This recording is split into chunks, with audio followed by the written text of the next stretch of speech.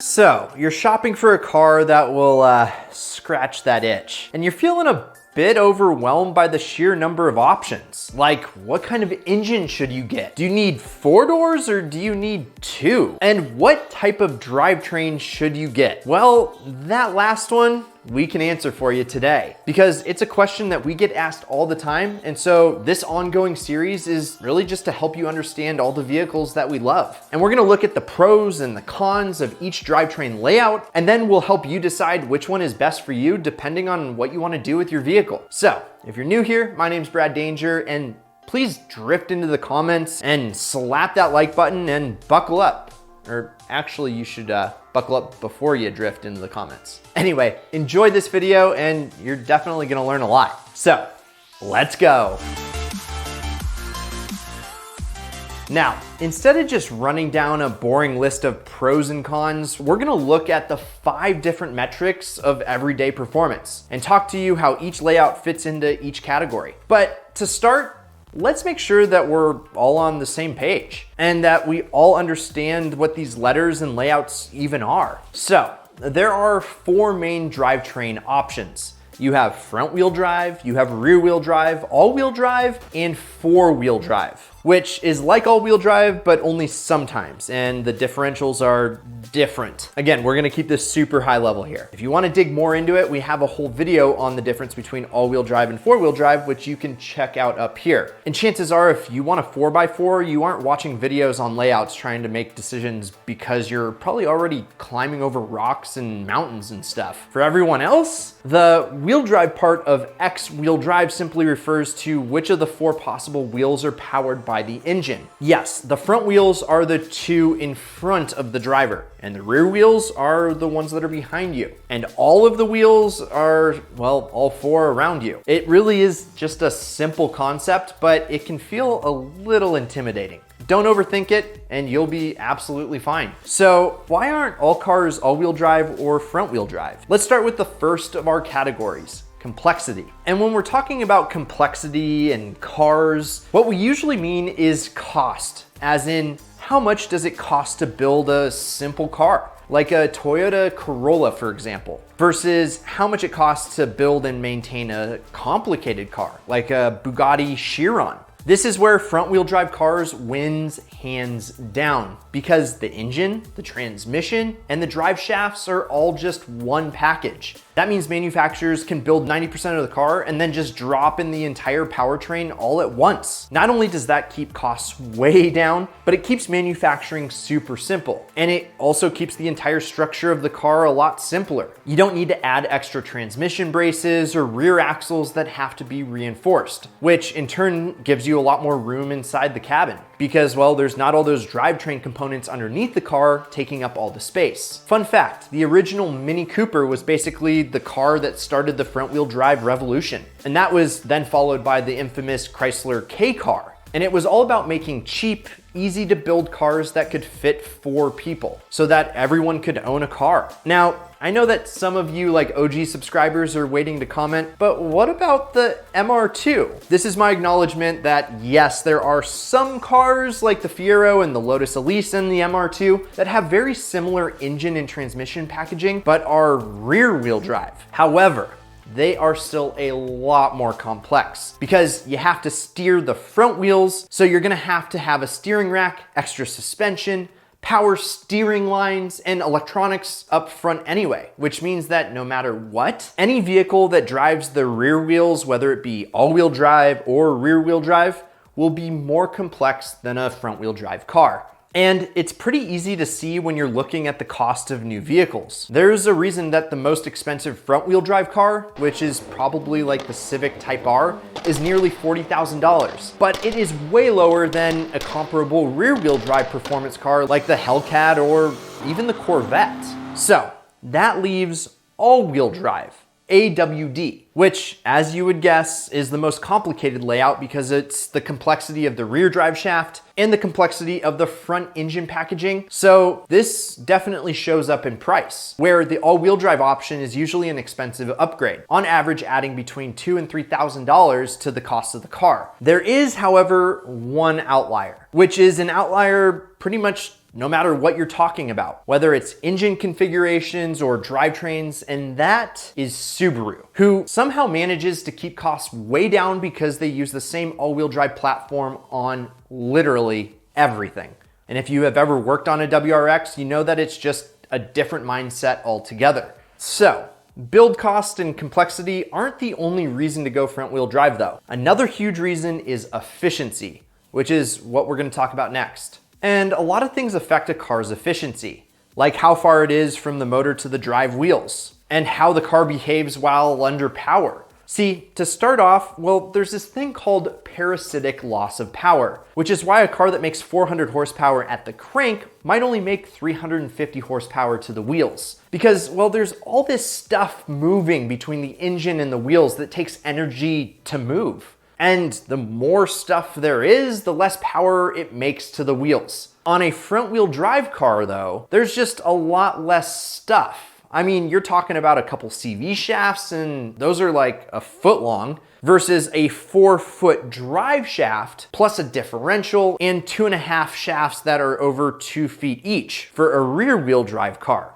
But that's not even the whole story, because when a car accelerates, its center of gravity moves back. And the faster you go, the more that matters. Because, well, as the center of gravity moves, the front wheels will begin to completely lose their grip to the ground. Let me ask you a question. Have you ever seen a video of a drag car doing a wheelie?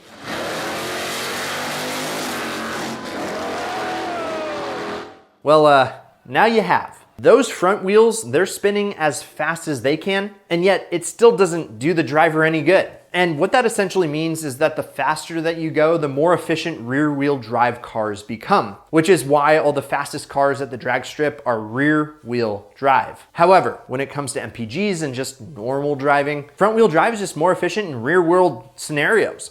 Real-world scenarios. All this rear-wheel drive stuff's got me tongue twisted. There is a minor difference at low speed concerning traction though. Don't compare the lightweight, low complexity front wheel designs and the reduced number of rotating parts that they can use to the rear wheel drive cars. Because yes, we did just mention handling, which is traditionally where rear wheel drive is king, but it might be replaced by all wheel drive very soon. So let's talk about that.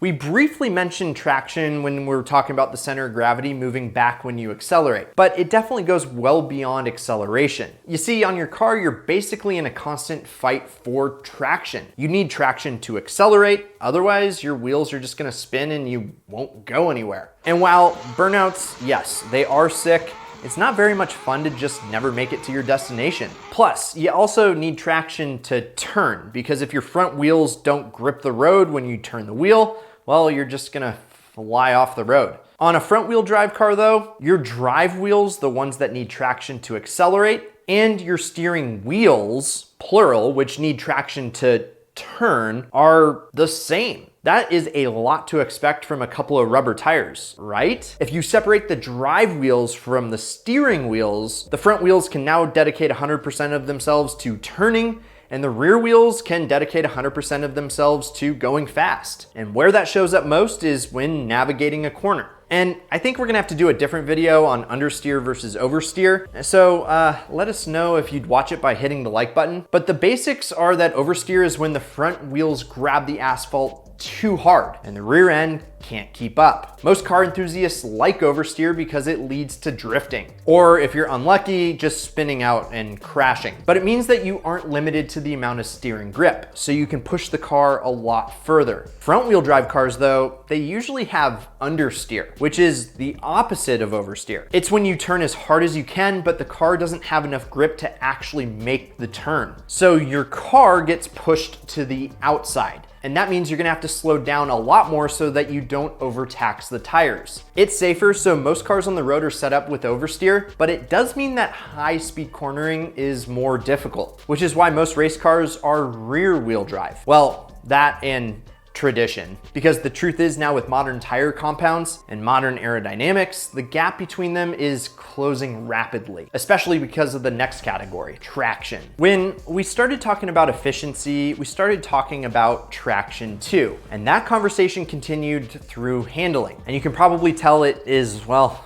really important. And it's where all-wheel drive cars finally get to shine. Because when you have all four wheels spinning, you literally have twice the available traction as two-wheel drive. That means not one, but two things.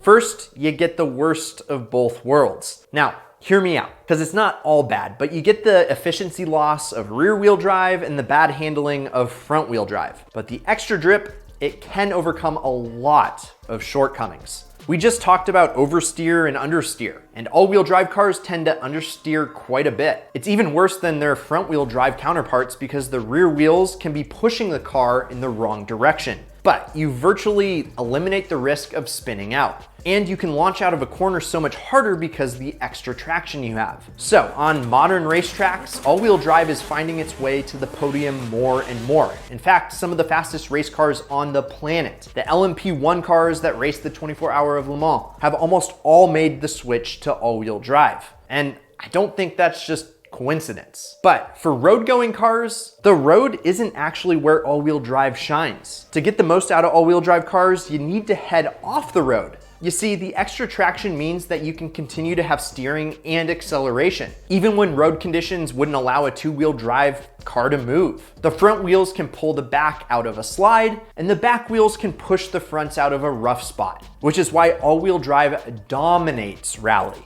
And that's something that you can actually thank Audi for. And when you head north to colder temperatures in the winter where it snows, it seems like every other car is a Subaru. Snow, as it turns out, is really slippery stuff. And you need to get all the traction that you can get. If we're gonna rank them, all-wheel drive is king of bad conditions. But front-wheel drive actually comes in a pretty close second. Because all that stuff about low speed efficiency and simplicity, it's actually easier to pull a car along with all the weight in over the drive wheels. And if you have ever driven a rear-wheel drive car in the mud or the snow, you know that just isn't really ideal. That being said, it doesn't mean that it isn't fun as hell to do, which is why we wanna have one final category. Something to get you thinking a little bit more about what you want out of a car. And it is the fun factor. Now, there are a lot of ways to enjoy being a car enthusiast. And before we talk about some of the more popular ways to enjoy driving, you have to understand that there's no wrong way to be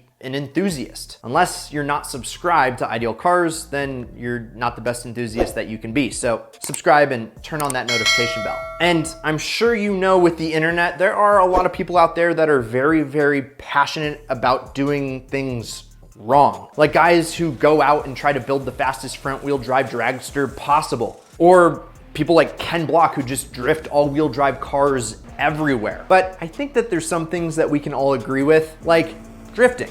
It's fun, and it's fun to watch. And if you want to drift, you're probably stuck getting a rear-wheel drive car with mad oversteer. And if you want to bomb fire roads, well, an all-wheel drive car is probably the best option. Although, if Gambler is any indication, a rear-wheel drive Crown Victoria that is lifted is a wonderful choice, as is a lifted Lamborghini, which if you want to check that video out, it's pretty rad. Or let's say you want to do some action movie stuff. Then you're gonna want a rear-wheel drive car. We just associate drama and trick driving with rear wheels spinning and oversteer.